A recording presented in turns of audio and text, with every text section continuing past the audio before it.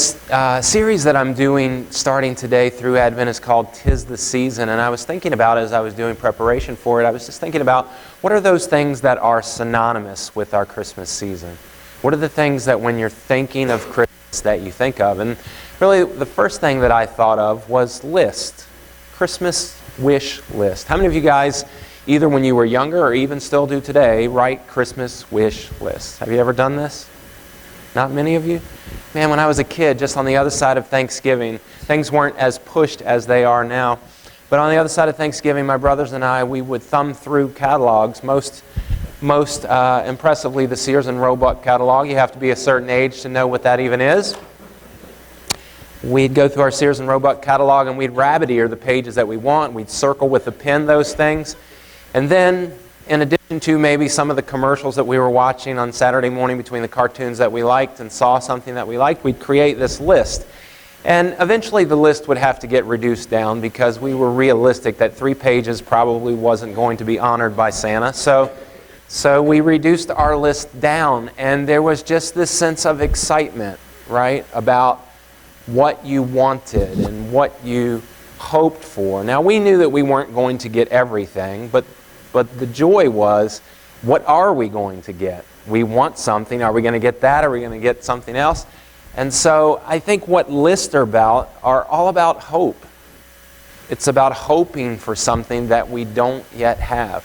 Now, I was running across, some of you guys, this has become viral, this list that this little girl Drew put together this year for her dad. I want to just read, Annie, if you can shoot that up behind me. It may be hard for you to read. But let me just give you a sense. I never had a list this bold and extravagant, but I thought it would be important for us just as we're getting started to hear the kinds of things that little kids, 10-year-olds, want for Christmas this year.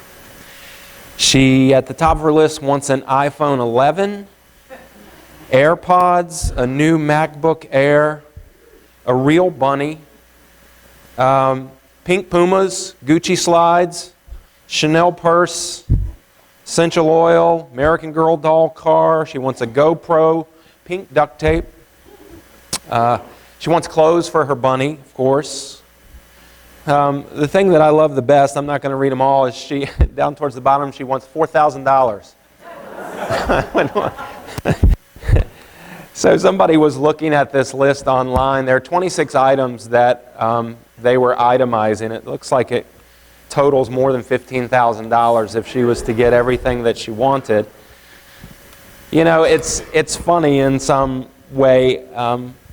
There are things that we wish for, that we wait for, and it's in this season where our hopes get amplified, right? There's just this sense that this is a season where good things should happen because we're told it's the most wonderful time of the year, right?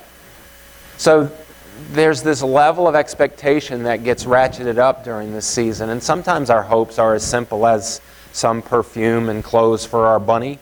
But sometimes things that we're waiting for aren't so simple. Sometimes we're waiting for a relationship to mend that has been broken, that we wished were different than what it is. Sometimes we're just lonely and we're waiting for a relationship, period. Sometimes we're waiting for our sick body to get well. Sometimes we're waiting for a job that we don't have. Sometimes we're waiting for a different job. Sometimes we're just waiting to be happy. We just thought our life would be different. We just wish for more. And it isn't always so easy when we're waiting, especially when we've been waiting a long time. And that's what you get when you open the Gospel of Luke. One of the very earliest people that you meet is this old guy by the name of Zechariah. He's a Jewish priest. And he's a good dude. He's righteous, the Scriptures say. He's done his very best to do the things that he knows to do. But he and his wife, they have been waiting for a very long time for a child. And the Scriptures say they are old. Those people who look into the Scriptures and have studied these two would say that they're long past childbearing and child rearing. They're maybe somewhere in their 60s or perhaps even in their 70s. And so when you open the Gospel of Luke, the very first guy you meet is this guy, Zechariah. Now, though he has been waiting for a very long time, what strikes me is his name. Does anybody know what Zechariah's name means? I don't think I did either until I did a little study this week. His name means God remembers. Now, I don't know how important this is for you when you've been waiting for a long time, but this guy's name means God remembers, but I bet there are a lot of days where he feels like God didn't. I bet there were a lot of days where he wondered what was going on, because really the Scriptures even say he did his best. He was careful to obey all of the Lord's commandments and regulations. And yet he had no children. Now, this was a source of shame and disgrace as well for he and his wife. In fact, probably there would be people in their community who would begin to speculate what it was that they did wrong. You can imagine what it would be like with each passing day and week and month and year and decade to have something that you wanted and not be able to get it. And on top of that, to have other people wondering what it was that you did wrong.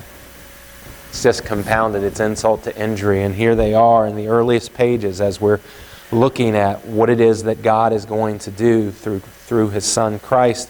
We meet this old guy and his wife Elizabeth. And as they move through this early part of Luke chapter 1, one of the things that I just have to think is, why is it that good people, righteous people, have to wait so long sometimes for the things that they want? Why is it that good people aren't immune from suffering, from waiting, from painful waiting? You have to feel this sometimes. Even if you count yourself in the category of the good and the righteous, you have to just ask yourself sometimes, why is it that where I am and where I want to be, or where I am and what I want to have, seems like such a gap between the two? Luke 1 opens with pain. Luke 1 opens with disgrace. It opens with shame. Sometimes when you're reading the story, you read it, but you don't feel that. I'm just telling you, it's there. And so, this old priest goes to the temple, and as the story develops, he moves into this place where he is offering incense at the altar in the Holy of Holies, and he is doing what he has been tasked to do. He's one of 18,000 priests who are on hand at this special day, this Day of Atonement, where he is offering sacrifices on behalf of the people. And he has this moment where he is in this Holy of Holies by himself, and then he is visited by the angel Gabriel. And in this space where he is visited, he becomes afraid. Now, why is it that he would be afraid? Is it possible that he's afraid because the heavens have been silent for 400 years? There hasn't for 400 years been an angelic representation. There hasn't been any revelation from God. There's been no voice from the time where Malachi closes the Old Testament to the time where Matthew opens the New Testament. God has been silent. So he's going through the motions. He's in his worship space. But I wonder, is he really even expecting to meet God? And here he is, visited by this angel, and who knows what the angel looked like, but it obviously was a very impressive figure. And as he's doing his worship thing, this angel comes to get his attention. He's not initially excited, he's initially afraid. And as the angel encounters him, he has a discussion about what's going to happen. And he tells him, he said, you know what, Zechariah, God has remembered you. All of your prayers have not been in vain. You think because it's been a very long time and you've seen no tangible response that nothing's happening? He sees your life. He's going to honor your faithfulness. He's heard your prayers. Zechariah, God has remembered you. And he said, you're going to have a son. And maybe he's afraid because he's 70 years old and he's going to have a son and he doesn't know what to do with that. He's long past the days where he even thought that God was going to not only hear his prayers, but honor his prayers. But maybe he's afraid at what actually his son is going to be. It's at this point in the story where, he says to him, you're going to have a son and his name is going to be John. Does anybody know what the name John means? means God is gracious. God is gracious. Zechariah, He has heard your prayers, and He will be gracious towards you, and He's going to give you a son, but it's not just any son. This son is going to be a superstar. It says, many will rejoice at His birth. He will be great in the eyes of the Lord. He will be filled with the Holy Spirit. He will turn many Israelites back to the Lord their God. The spirit and the power of Elijah will rest upon Him. He will prepare the people for the coming of the Lord. He will turn the hearts of their fathers to their children. He will cause those who are rebellious to accept the wisdom of the godly. This guy is going to be amazing. And it's at this point in the story where you just have to stop and think, what if our lives are about more than just us? What if when Zechariah and his wife Elizabeth were praying, what if they weren't conceiving of greatness to such a scope that they could have even imagined what God would do when He heard and answered their prayer? What if it is God's privilege and pleasure to work not only in and around, but through our pain, to birth in us something greater than we would have even conceived of? Sometimes there's preparation for the greatness to arrive. And sometimes we undersell what God is and wanting to do in our lives and through our lives. John's not just going to be any son. He is going to be the one who prepares the way for the coming of the Christ. He's heard your prayer. It's just taking some time because this one's going to be a doozy. He is pleased and privileged to do something great in your life because you've been steadfast and faithful and you've honored Him. Don't lose heart in this space. And this is a space where it's easy to lose heart when you wait for a long time. Because you think, I'm just praying to the ceiling.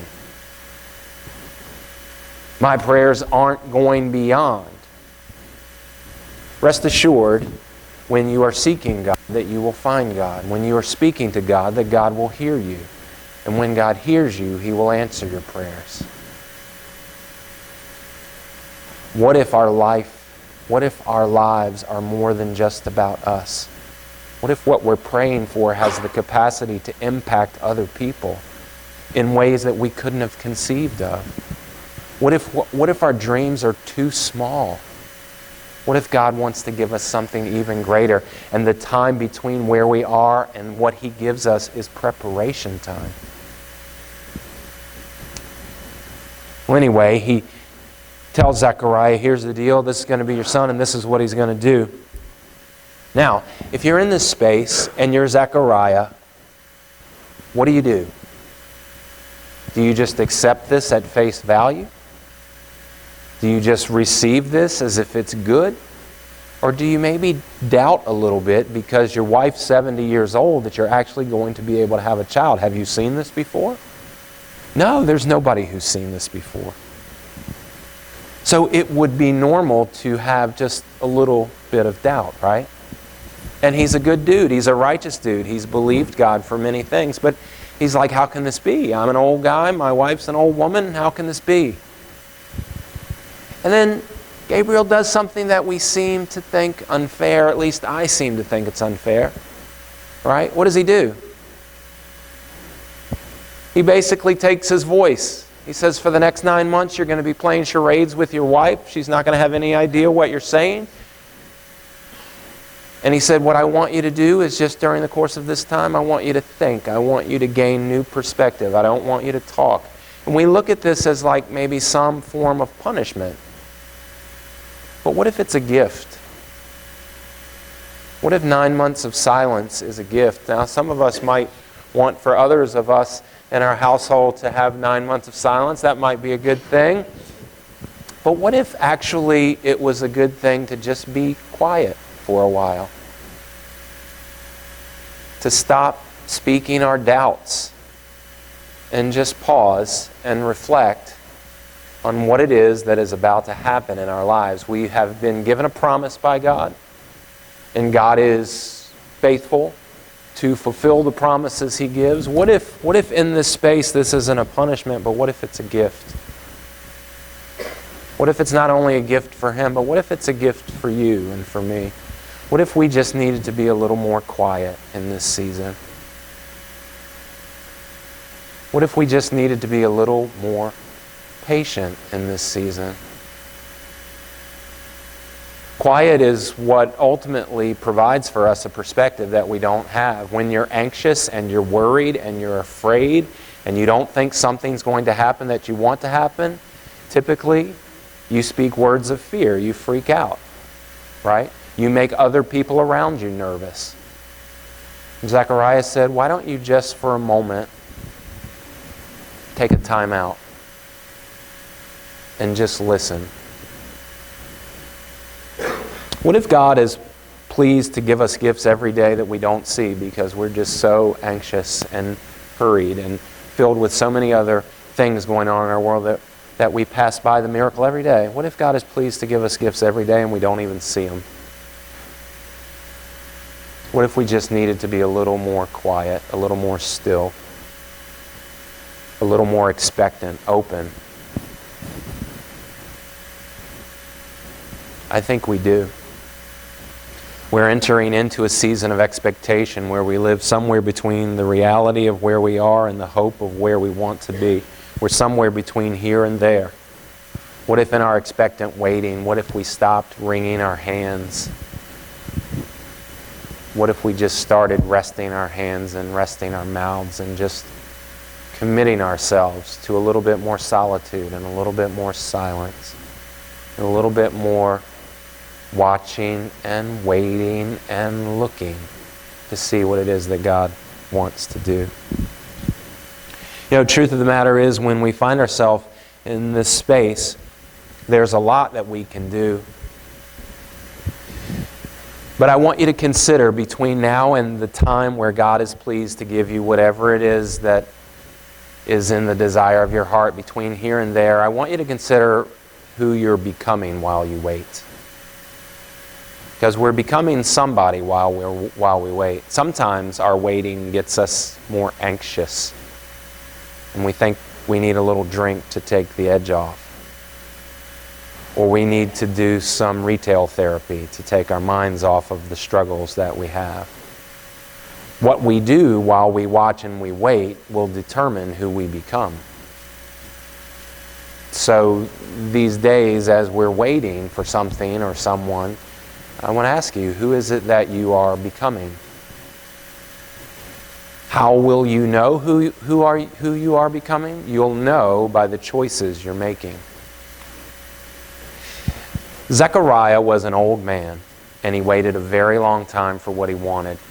He had his doubts like you and I will, but he didn't stop putting himself in a position to receive. He showed up, he worshiped, he served God's people, he prayed, he did the things that put him in a position to receive God's blessing. And I just want to say to you, your choices will determine whether greatness is born in you or not. We can abort the greatness. We can block the blessing because we grow tired of waiting. God knows your heart. He knows where you are. He knows what you need. And He is pleased to do something greater than you could even imagine. Don't lose heart while you wait. You're somewhere between hope and despair as you wait for what you want. Be careful of the choices that you make. If your life seems unfair, if it seems like you've done the things that God should honor and bless, don't lose heart. If you have your doubts, express those to God. And then listen. And then look. And then wait. Lean into the blessing that is about to be given to you. And before you know it, what you will find is that even if the thing that you wanted doesn't come true, that God has something that would have exploded your understanding of what good or great even is. God is always preparing us to conceive blessing. We just have to be in a place where we can do that. So, while you're waiting, who are you becoming? The way you'll know is by looking at the choices you're making. Make good choices while you wait. And then as you wait, Don't be surprised if God not only wants to bless and give you more than what you wanted, but to make you a conduit of blessing to other people. We don't live in isolation. That's the idea, is that we would receive blessing and we would give blessing. Blessing to the world. Maybe blessing that turns the rebellious heart back to God. Maybe blessing that is miraculous in some supernatural way that draws the hearts of their people to a place where they should have been in the first place. Who knows what God wants to do? But God is gracious, and He does remember, and He will provide. Let's pray. Lord, we thank You that in this first season of Advent, we are introduced to an old guy who's been waiting a very long time for something really good. And there are things in this story that we can learn to apply to our own lives while we're waiting. Would You help us maybe to make choices that allow us to listen more closely? Would You cause us in our choices to just stop talking as much, to turn down the volume, to move away from the distractions, and to be expectant in the things that we hope for? And God, as we wait, would You give us even a little seed of faith to believe that what You have for us is even greater than the way that we express what we want?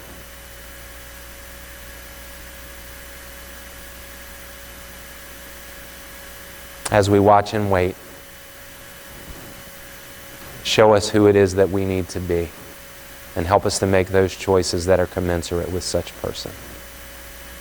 And in advance, we'll give You thanks for all that You will do. And it's in Christ that we pray. Amen.